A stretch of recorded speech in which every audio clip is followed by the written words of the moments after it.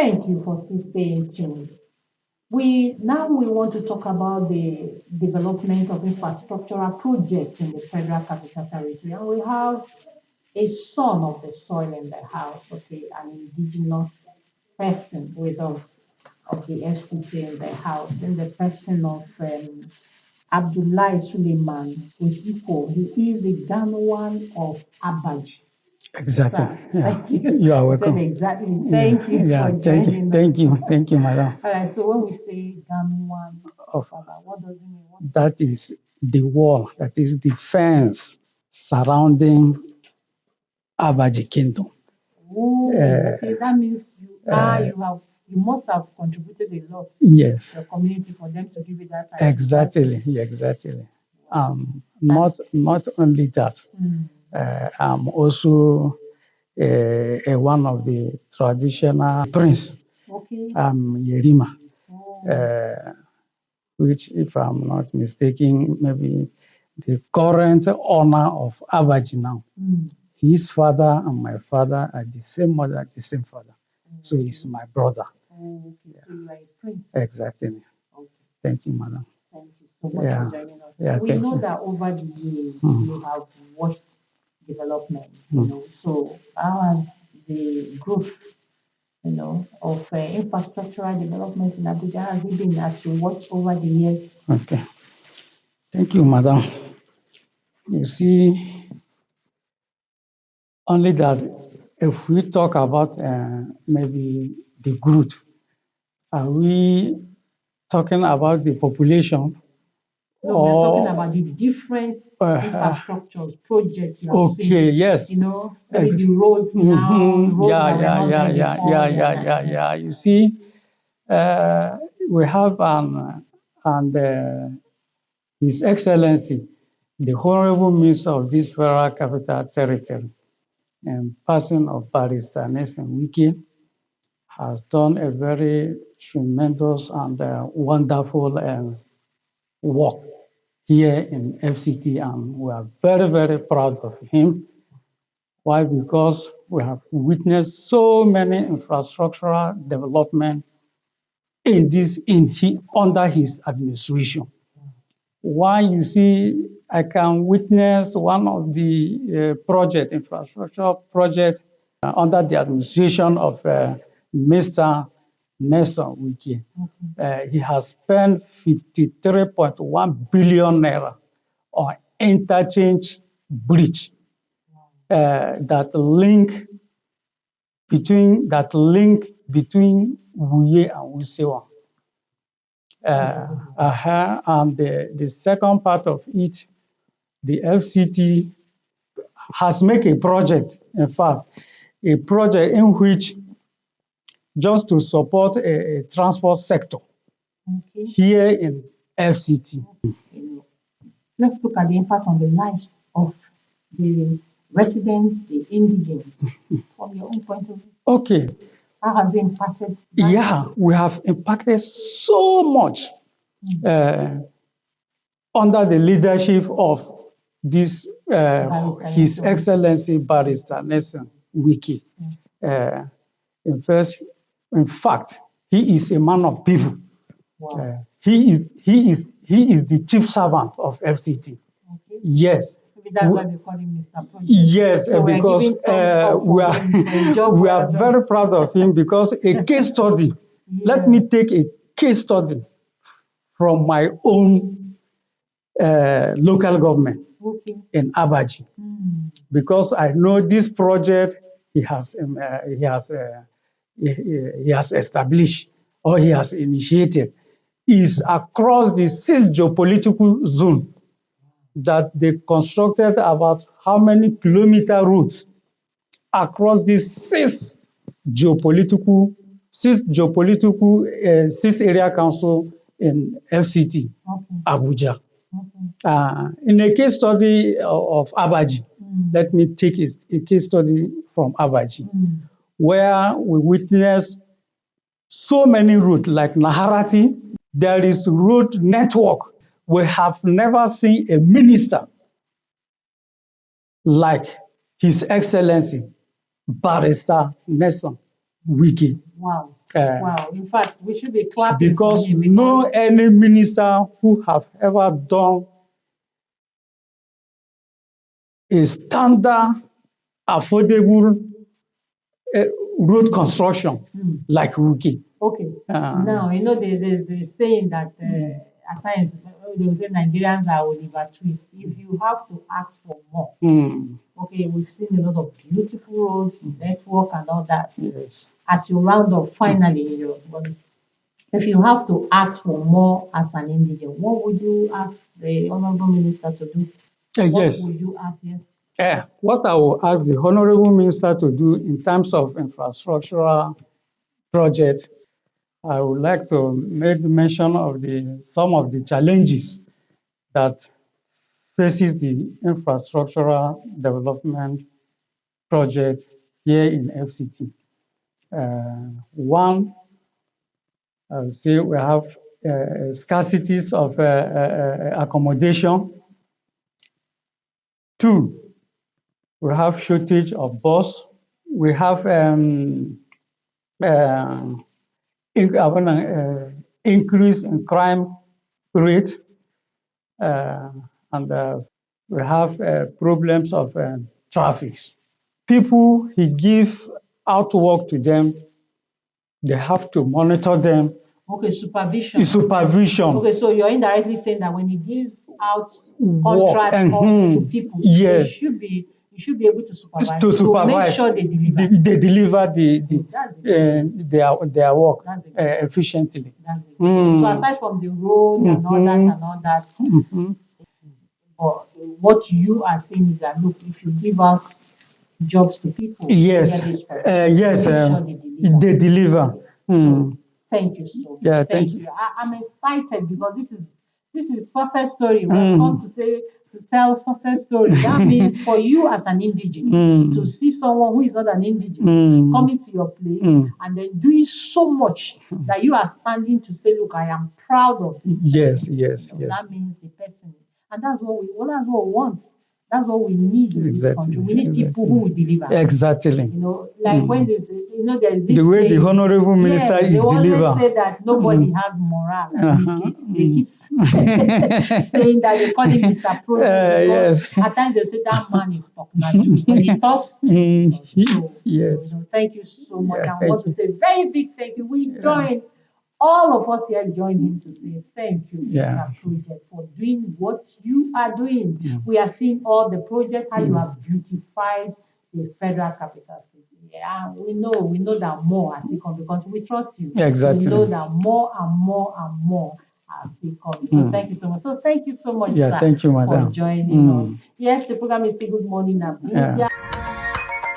It's good to know that you are still there. Thank you so much for staying tuned to Good Morning Abuja on 98.5, the Unity Station. We have someone in the house, okay, who is ready to join us to address community engagement and social initiatives in the Federal Capital Territory. Please join me as I welcome Akumishe Blessing Ayenaje. She is a youth development specialist. Thank you so much for joining us. Thank you, sir.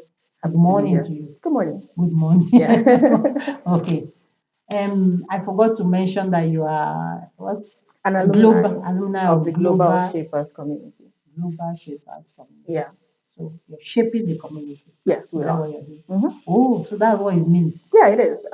So the Global Shapers community is an initiative of the World Economic Forum. And around the world, there are about 700 plus hubs. So there's the Abuja hub, there's the Lagos hub, there's the Kano hub. There are a lot of hubs in Nigeria as well, but I am a part of the Abuja Global Shapers. And what we do essentially is to carry out social impact projects that are aimed around making the source of living for people a lot better and easier. So we do a lot of trainings, we have outreaches as well, and the likes. Yeah, but then within the city of Abuja. Okay, so we're talking about community engagement. So, how do you think the cultural heritage of Abuja affects our community? I think, honestly, that it has a huge role to play the cultural heritages. I know someone that has a lot of information about the Gbagi tribe, which luckily I am from. Oh, He has a lot of information about the Gbagi tribe and the signs and symbols that comes along with the tribe, and economic opportunities as well that are within that vicinity. And in the FCT, there are 9 tribes, interestingly. So if I can be this fascinated about one tribe, just look at what the other 8 tribes can bring into the economy of the FCT as a whole. So in the sense of us selling ourselves, selling our product, selling the things that comes with being a member of the tribe. So there are different foods. We could put up the signs and symbols on fabrics, and sell. That's also a source of, putting ourselves out there and showing what our communities are made of and how, we come together as people to build a better society for ourselves before we go forward to do for the country as a okay, whole. because now they say charity begins at home. So Exactly. let's look at the role of local organization Mhm. in community engagement. Well, I think they play a very crucial role. As a matter of fact, I am co-founder of a non-profit. It's called the Startup Knowledge Development Foundation. And what we do is a lot of social impact projects. Social impact projects because they are closer to home. They are closer to the communities. You need the communities to be engaged with these projects for them to be able to thrive. I'll give you an instance. There's this project we call Waste to Health, and Okay, what it ways to means, health. what Okay, I waste think I've to heard of health, that before. exactly. And what we're doing with that is we're taking recyclables from members of the community. So recyclables are ions, cartons, and plastics, and selling them to waste management companies. So what these people do, they give us the funding, and then we get to buy healthcare for the Oh, members of the community. So okay, yeah, that's what that is. okay. Mm-hmm. So let's also look at youth involvement. Mm-hmm. For your own opinion, do you think that our youth, especially in the FCT, Mm-hmm. they are participating enough Mm-hmm. in community engagement? Oh, I think, but generally, youths play a crucial role in any facet of life. And then in our communities as well, I am also happy that, of recent times, I'm seeing a lot of people take on the baton, take on initiatives that are meant to make their communities better, because I feel like they are beginning to get an understanding that if you are better for yourself, you'll be a lot better for your community. So Okay. it's on the rise of late. I see a lot of communities, a lot of young people from different communities, being intentional about coming together and putting out projects or initiatives that will help their communities to thrive. Your own opinion, with your dealings with the communities, Mhm. what would you say are some of the challenges faced in community engagement? For me, top two. The first being human capital development. Sometimes you go with these initiatives, and because the people, this is something novel, it's something new, they have no idea as to what it is. So you have to literally start from the beginning, start from, trying to explain what it is and why it is important and why they need it. Before some of them now key into it, and say, for instance, you go to a community that language is a barrier, it means you're going to need someone, to Interpreter, translate. yeah. So that's the first. And the second is just general resources. To be honest, for most of the projects, you need money to be able to execute. So I feel like if we start to think on a sustainable path going forward as to how can we do more with the little resource, financial resource that we have, and how can we even go in the first place to get these resources from the people that have it for the sake of developing the community. I feel like those two would go a long way in helping bridge the barrier between social impact work and the engagement of the communities as well. Okay. Now, as someone who has had, let me not say one or two things, a lot to do with the community, and you made a statement. For your statement, it's so obvious that you believe that charity start from home. Okay, before we begin to take it out, we don't have. So, what would be your suggestion? Some I know in some areas, especially we're talking about the FCT. Yeah. What would be your suggestion so that we have our communities? we see them being engaged or being part of whatever we do. So what would be? I think it usually happens as a trigger. So I'll give a personal example. My field of work is not something that I wanted to do from the beginning. I actually studied information and media technology. So I should be in a media house, reading news or something. Sitting down Exactly.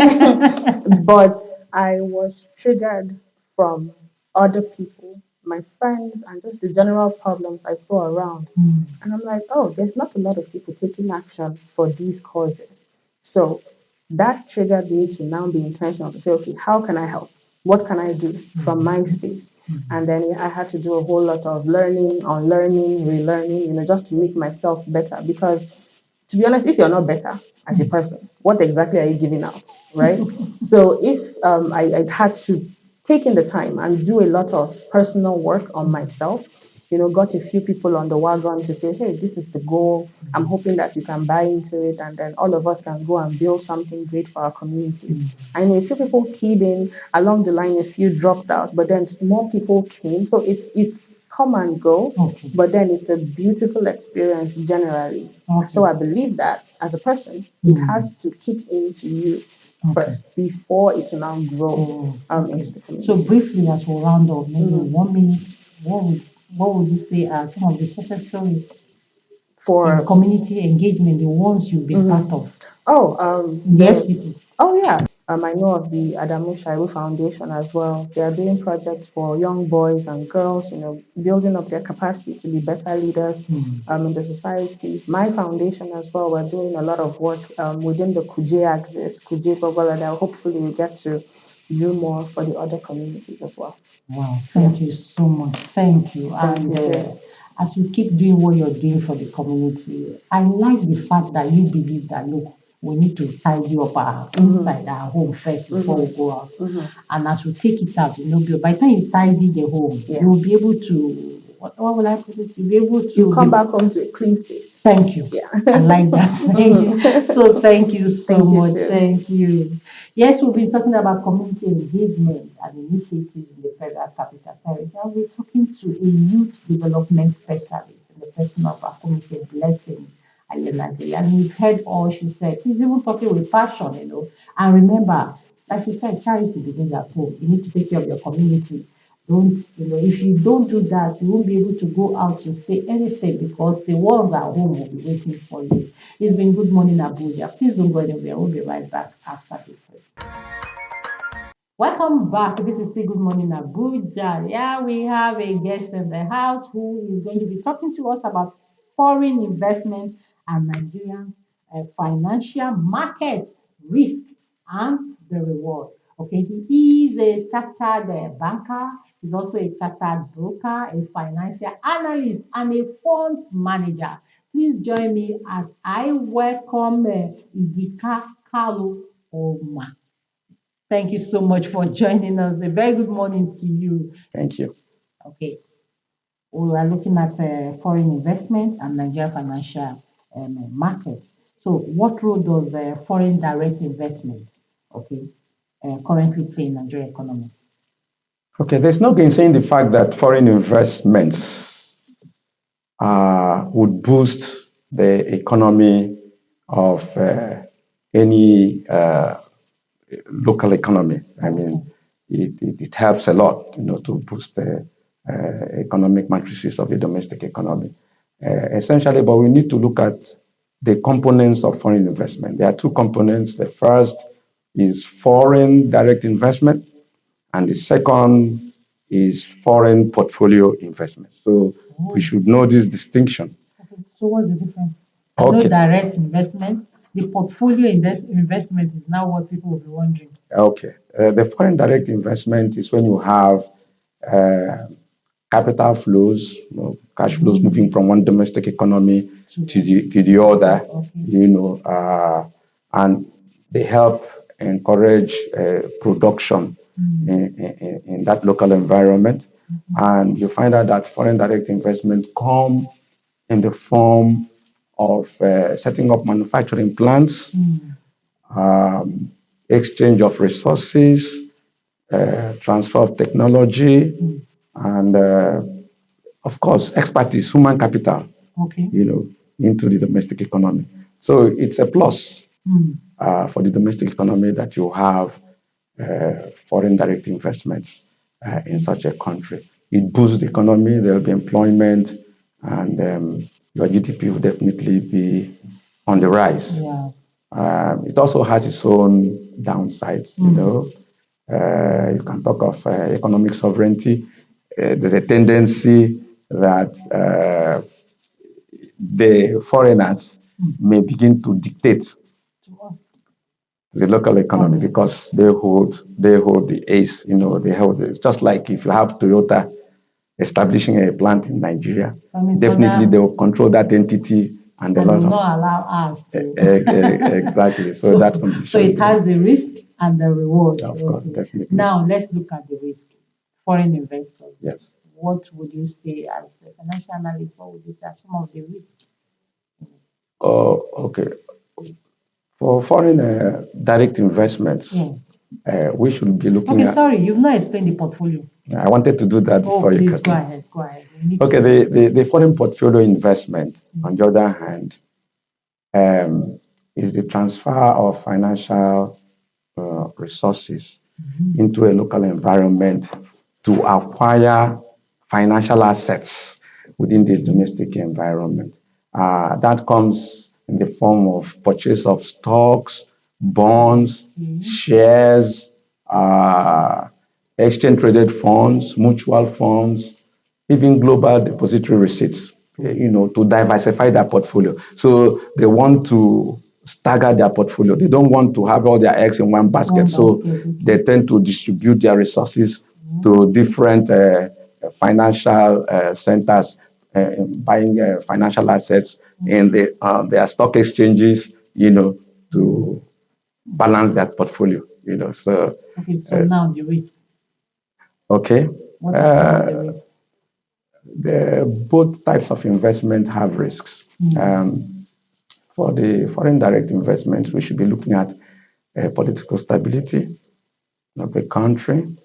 Yes, we should be looking at issues of security, ease of doing business in that country. We should also look at market volatility, currency volatility. These are things that can affect inflow of funds into that economy. So once they are managed, you will see a drop of foreign investments coming in. Also, for the foreign portfolio investments, you also have to look at the transaction costs. What cost is it to them to buy shares here or to do mutual funds or bonds? You also have to look at the regulatory environment. Is it favorable to them? You also have to consider the liquidity position. Liquidity is the rate at which you can convert an asset to cash. So is there liquidity in the market? All right. So that's if they have bought shares, if they want to sell, can they get back their money or would they get stuck? So these are the things to consider. So market distortions too, or volatility of the market, all these things would count to either encourage or discourage investment. Yes. Okay, let's look at the rewards. Okay, when you look at rewards, actually on our own side, yes, on our economy. Yes, for foreign direct investments, you change the skyline. There'll be a lot of productive activities, but you find out that those who invest in Nigeria are more interested in oil and gas. Okay, they are more interested in oil and gas. We don't find them in agriculture. We don't find them in manufacturing. A lot of things may be responsible. One, we must make sure that the domestic environment is conducive for business. We need energy, constant power. Okay, we have exactly security, good government regulations. Those things would ease of doing business. All those things can, command, attraction for them to jump into the domestic environment and do business. Okay, for you as a financial analyst, what are some of the policies that we have that you think are not what would I say? Should I use the word are not helping Very to friendly. bring in investors that we need to change or what? But Nigeria has good policies. Hmm. Must tell you that. Very good policies, but it's implementing their policies that are pretty critical. And you must understand that somebody who is bringing money wants to make profits. So you need to address the corruption in the country. Hmm. Yeah, And they also want a conducive environment exactly. to There their should business. be there should be utilities, there should be energy, there should be things that will make them thrive. Because we've seen a lot of companies leave the country. Why are they leaving? Where they can have steady power, where the regulatory environment is conducive, where there's minimal corruption. So these are the indices. You check that, the country will be good for it because it's creating unemployment. Yeah, it It's is. creating unemployment, It is. and new businesses are not coming up. It's not encouraging SMEs, which are drivers for economic growth. So how many SMEs are really thriving? Yeah, so these are the issues. Okay, briefly, maybe just 1 minute. What will be your advice to the government concerning foreign investors coming in another? Generally, when foreign capital comes into a domestic economy, it boosts the economy of that of the country, whether it's foreign direct investment or foreign portfolio investment.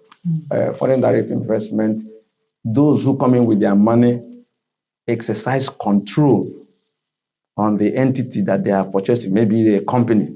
They exercise control and can influence the business strategy of that company. But for foreign portfolio investments, they don't have that control. So that's why you can call them foreign indirect investments. They don't have control over the entity because you are buying things like shares, bonds. But all those things create liquidity in the environment, Okay. can boost the economy. The foreign one, you have concrete infrastructure, manufacturing concerns, that are on ground that will change your economic skyline. Then for the foreign portfolio, your stock market will be bullish, will do, there will be more activity. But the issue is that whether for foreign investment or for whether for foreign direct investments or foreign portfolio investments, government should encourage, create an enabling environment for the locals to also have tangible investment because we've looked at the studies have shown that one, the flow of foreign investments into the country has been declining. Okay, if you look at between 2018 to even 2022, while there were just little incremental increases, it was like 2.31 billion in 2019, 2.38 billion in 2020, 3.1 billion in 2021, but it dropped 105% in 2022, $0.9 billion. And that's not good. That's not It tells a good. story Yeah. that we need to do a lot to encourage foreign Foreign investments. investment. And then the locals also should have, just like Dangote set up that refinery. These are the kind of things that we should have more of such things, irrespective of the foreign investments. Let the locals also have, because there must be a good code of conduct that will guide foreign investment in the country so that foreign multinationals don't rip off the local environment. Okay? And somehow the profits they make, yes, there should be repatriation of profits, but it should be attenuated. There should be something that should be plowed back to the local environment. Okay, thank you so much, sir. Yes, we need to allow foreign investors to come. Fine, we have the risk and the reward. Okay, we've been talking to a professional. You heard it from him. We've been talking to Mr. Idika Karu Umar. He is the MD CEO of GAPS Financial Services Limited. He is a funds manager, a chartered banker, a chartered broker, and a financial analyst. No wonder he's talking the way he is, and he has also advised on what to do. Please don't go anywhere. This time we have this musical by David. And after this musical, David will be in the studio with us. So that was Now We the Hot. Yes, even me, I the hot. Now We the Hot by David Excuse. His real name is David Elumelu, and he's right here in the studio with us. Please join me as we welcome him. Now we the hot. Okay, there. Yes, so that we the hot. So So I join you today. So now we yes, the so hot. Mama, now we the hot. So Yes, how are so you today? I'm doing great. Thank Wow, God. now we the hot. Yes, so Mm. So you're a movie producer? music producer, Music producer. Okay. So tell us, where did the inspiration come from? I mean, like I've always loved music, but I always had people doing music around me, from my dad Oh. till the people, my peers really like music. Mm. Just like my brother in the studio, Taddy Cruz is right there. We've always been doing music for the longest since we were small. So why not turn it into a career? I Oh, mean, that's beautiful. So it's yes, like the family, it runs on the family. yes, it is. Okay, now we the hot. We just said now we the hot. I Yes, sir. like the locations. So why now we the hot? I mean, What behind now we the hot? because now we the hot. Well, I mean, we're in demand. Big shout out to the 247 Wavy Gang. That's me and my guys. We're a collective of um, creators, content creators, musicians, sound engineers, and producers. So, and when I did that song, it wasn't just even 247 Wavy Gang. I mean, I looked at it as like Abuja in a whole, because there was a time that people weren't taking artists from Abuja too seriously. But right now, look at my brother Odumodu Black. Okay, If okay. you watch the video, you see him there. I mean, Yes. him replay the whole anti-war gangsters, 247 Wavy Gang. So we're all hot together. Okay, and really, Yeah. now they're hot Yeah, because so you are trending when you have the musician himself, you have a director, you have a yes. producer, you have Yes, so all the creative minds. So yes. that is what is trending. So I now Yes. understand now we the Now hot. with the Now hot. we the hot, honestly. Now let's look at the music industry. Yes. How has it been? Especially the fact that you are based here in Abuja. You know, they believe that Lagos is a commercial city. Lagos is where, Yes. I won't lie, Lagos is the capital of music in the whole Africa. Whether you like it or not. Like that's the main place where one needs to be. So what I even do is as much as I like to get stuff done here in Abuja, but like I go there every year. We were supposed to go next week or so. okay, So I mean to connect with the people in charge of the music okay. industry. I mean, just link up one or two people. Let's look at we talked about challenges now. Challenges. Challenges. You know, we find Abuja is not like you said the Mm. capital or whatever music, Of but music. what would you say are some of the challenges? The challenges in the music industry, um, you have, I mean, basically everybody right now is on their A game. Hmm. So, like, if I would even advise somebody, if you know you want to do this thing, you have to make up your mind firstly, because there are people that are willing to do anything to be put on, because the industry is dog eats dog, it's kill or be killed. You understand? Like context, Okay. because everybody wants to succeed. So it's not even easy. What you think, let me even sit back on this, another person is really willing to do. Honestly. That's why people who come from nothing are most likely to succeed more than people who are comfortable, because they don't want to go back To nothing. to where they to nothing, where Yes. there's nothing. So they'll do everything. You see them very active, promoting themselves. By 4 a.m., they say something's happening somewhere. 4 a.m., they will be there. Honestly. So it's a jungle, but It's a jungle, yeah. in a jungle you have to make your stance. So, because me like this, I'm a lion.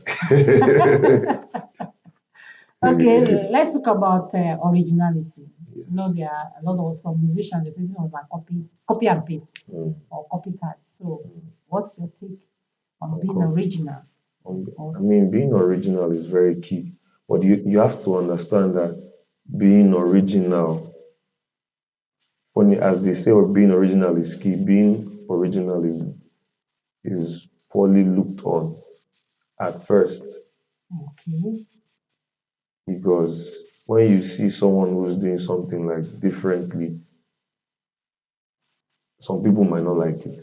They'll Mm. be like, okay, what's this person doing? Mm. This is your style. I don't understand it. I don't Because understand it it's new to them. because it's new to them. Ah, But one thing with originality is you have to be consistent with it. okay. You keep putting it in their faces. Not everybody was accepted. Look at Burna Boy when he started. Mm. People didn't really accept his style. Okay. Or somebody like Odumodu. When I was saying, I see my guy Odumodu, they'll be like, ah, who is this one? Becca, this guy come up from here. Do you understand?